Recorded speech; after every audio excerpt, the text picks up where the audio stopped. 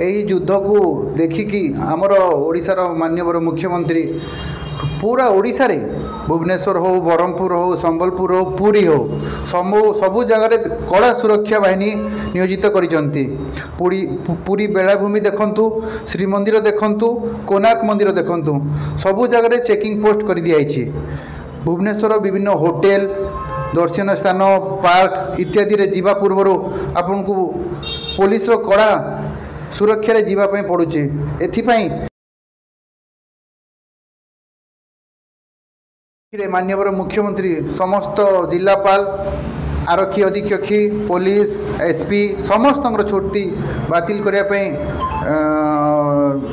विज्ञप्ति जारी करछंती एवं ओडिशावासी को निडर रे न डरिकी निज निजर दैनंदिन कार्यक्रम रे जीवाई कहिसंती।